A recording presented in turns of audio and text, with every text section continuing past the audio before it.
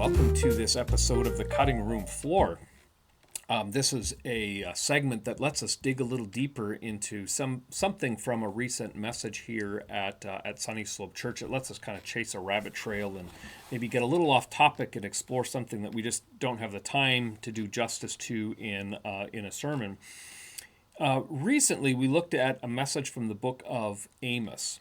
And one of the things that the book of Amos is doing is it's bringing, like many of the minor prophets, it's bringing a message of judgment upon God's people and upon the nations. And I don't know about you, but when I hear these themes of judgment, there's something in me that maybe recoils a little bit, something in me that isn't real excited about the whole theme of judgment. And I know that's a common reaction and even a common objection in mainstream culture to Christianity. Because Christians can sound like, or maybe let's say it this way, some people look at Christianity and they say all Christians are doing is they're pointing to this God who's very, very judgmental. And who would want to have anything to do with that? And I think on the one level there's a fair point and a fair critique there. Because a lot of times we could all point to people and we can all point to examples of people who seem to just get all excited about the God of judgment, and they almost have a sense of superiority and self-righteousness that somehow they're above this theme of judgment, and they just love this idea. They relish this idea of God, striking people with lightning bolts or whatever.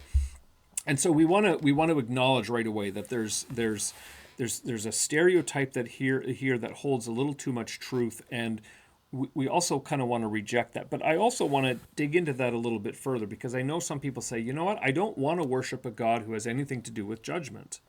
I can't believe in a God who judges people just for their actions or just for their mistakes or just for their sins or whatever else. And I think it's important to know how to respond to that. And one of the things that we can say, I think, in response to that is to just pull that apart a little bit more.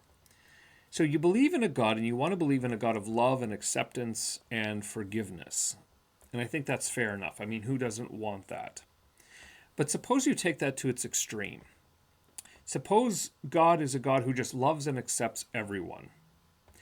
What you end up with now is a God who loves and accepts and tolerates rapists and murderers and dictators and tyrants, people who are, violent towards others. You get a God who's very accepting and very tolerant of injustice and violence wherever he finds it, because he just wants to be tolerant and he just wants to be accepting. And if you push back on that and you say, well, no, that's, we want a God who's loving and accepting, but we understand he's got to be, he can't tolerate everything, but we want him more loving. But the question is, how far do you go? How loving, quote unquote, how accepting do you make God? And where do you draw that line? And why do you draw that line there? And so one of the messages in the book of Amos, of course, and we got into this quite a bit in the message, is that there's a standard, and that standard is ultimately, it has to be a standard that's applied fairly across the board. And so the standard is absolute perfection. And of course, that's where the gospel comes in. That's where none of us can reach up to that. That's where we have the hope of someone who has lived that in our place. But that's the whole point of the Bible. The acceptance of God is so radical and it's so earth-shattering because it is so undeserved. Not one of us measures up to the standard that God has. So you want to make God more loving, but what you end up doing is you actually make him a very sort of boring, dull God who just tolerates and loves and accepts everything and really doesn't bat an eye at the presence of evil. Whereas the Christian gospel says, no, there's a God who is at the same time incredibly righteous and just, and has a high and a standard of absolute perfection. But at the same time, so he's just, and at the same time, he's also incredibly loving, because he is the one willing to take the steps necessary to deal with fallen people so that their sins can be dealt with and so that they can be drawn into relationship with him.